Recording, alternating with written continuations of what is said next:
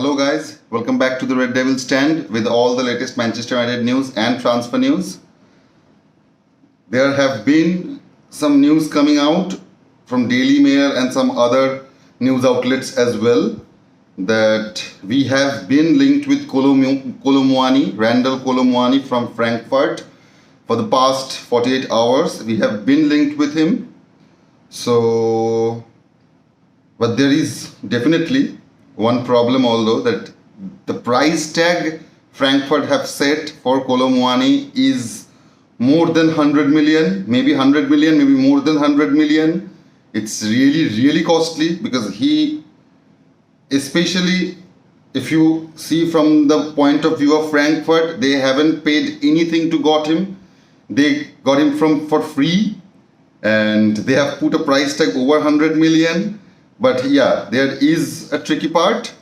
There is a bit of a green light in that huge amount of sum, and it's that they are willing that if any club who is willing to buy Muani, they can start the payment by an initial 50 to 60 million. What does it mean? It means if we buy Muani this year, we have to pay Frankfurt 50 to 60 million. And the rest of the money, whatever that is, whether it's 30 million, 40 million left, we will pay that in installment over a couple of years, maybe 2 years, maybe 3 years. We have seen that this kind of deal happens the thing is that he has scored 23 goals, 15 in Bundesliga. So obviously Bundesliga is obviously top 5 European league. Bundesliga is in top 5 European league, but as we all know, it's not as competitive as English Premier League. So scoring goals over there and scoring goals over here is not the same thing. But we have seen that Haaland have done it, but it doesn't mean that every player will do so. We haven't seen anything like Haaland in our entire life, right? That a player coming from a different league, playing the Premier League first year and breaking the records like it doesn't matter. So not everyone will perform in that level. So keeping that in mind, do you really think that 50 to 60 million plus those 30, 40 millions, whatever that is, we should pay for Muani? What do you think of that? Please let me know in the comment section, guys. Please let me know that. And see, yes, he is a very exciting player. He is a good player. He can press high. He has some diagonal runs, which is really good for us, especially the way English Premier League plays on the forward front. So it's an exciting connection. But as we all know, as Erik ten Hag does not have a clear picture of his transfer market, so if we go for Muani for 60 million, initially 60 million, so in this year we will be paying 60 million. So I'm just taking that right now, that if we pay 60 million for Muani in this summer, and as we all know that we have the initial budget of 120 to 150 million, and the budget will add on if we are able to sell any players from our team.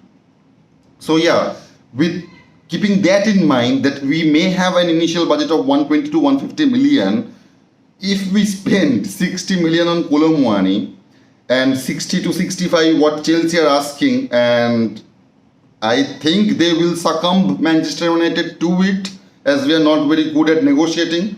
So if we do even a good job over there, we may pay out at least 60 million for Mason Mount. As we all know that the personal terms have been agreed between Manchester United and Mason Mount. There is no doubt about that. It's been sealed. The only thing that's left is the deal between Manchester United and Chelsea. So if we get a deal from Chelsea for Mason Mount, and we go and do a deal for Muani, or even a striker like Haaland, which will cost us as well as 60 million or 65 million. So 120 and 125 million gone just for a striker. Not even a front runner striker, I must say, like Kane or Osimhen would have done. No. Haaland or Muani, in my opinion, they are both understudy. They could be both understudy. They have their raw talents. They need nurturing. They need training. They need to get accustomed with English Premier League. So yeah, if we get a striker for 60 million, if we get a midfielder for 60 million, and if we think that it's 150 million, our budget is 150 million, it's only 30 million left, man. It's only 30 million left. And you know what? The situation will get even trickier if David De Gea leaves us. Then we will need to buy a keeper. We will need to buy a keeper. Even if we sell Dean Henderson and David De Gea walks away, so for David De Gea we are not getting anything. Not a single penny we are getting from David De Gea. And if we sell Dean Henderson, we may be able to get 20-25 million. And with that 25 million, we may go out, and the rest of the money that have been left from the transfer market, that 30 million, and adding the money of Dean Henderson, selling price of Dean Henderson, we will get around 50-55 million, which may go to other goalkeepers like Onana. So we are losing 2 goalkeepers and we'll buy 1 goalkeeper, which we can't do. We can't have 1 goalkeeper in our team. So we'll have to go out and buy 2 goalkeepers. And if you want to save the money of buying 2 goalkeepers, yeah, we can squeeze Onana into this. But yeah, with that extra 1 goalkeeper, we'll have to loan him out. We'll have to loan him. We can't buy another goalkeeper. There's just not enough budget. And even if there is some trickle bit of amount left, maybe 20 million, 30 million, I'm pretty sure Erik ten Hag will want to sign a centre back with that amount of money, whoever we get.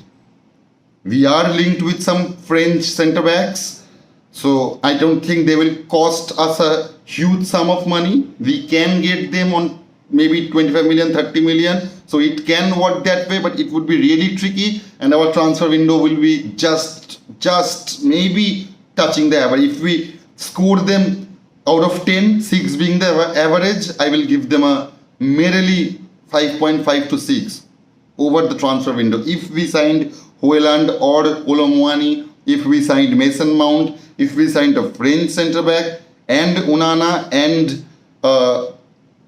loan out a goalkeeper, loan in a goalkeeper. So yeah, those 5 players for this summer transfer, I will only rate 6 out of 10. It's an average transfer window. We haven't got Harry Kane. We will not get Osimhen. We will not get then Declan Rice. We will not get Caicedo. So we will not be able to get Kim Min-jae. Those, and remember, those are the targets Erik ten Hag wanted. Erik ten Hag may be interested in Haaland or players like Muani, but pretty sure it wasn't his first target. He would have bought them if we had a huge budget. He would have bought them as second striker, an understudy under Harry Kane or maybe Victor Osimhen. So yeah, those would have been his choice.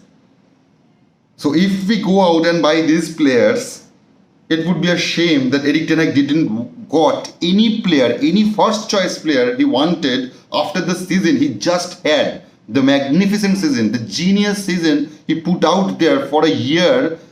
And out of it, he is getting these players. As we have seen earlier, the last time we qualified for the Champions League, if I am not wrong, I am pretty sure we only signed Ahmad, Pellistri, Cavani and Van de Beek. I guess Van de Beek was signed that year.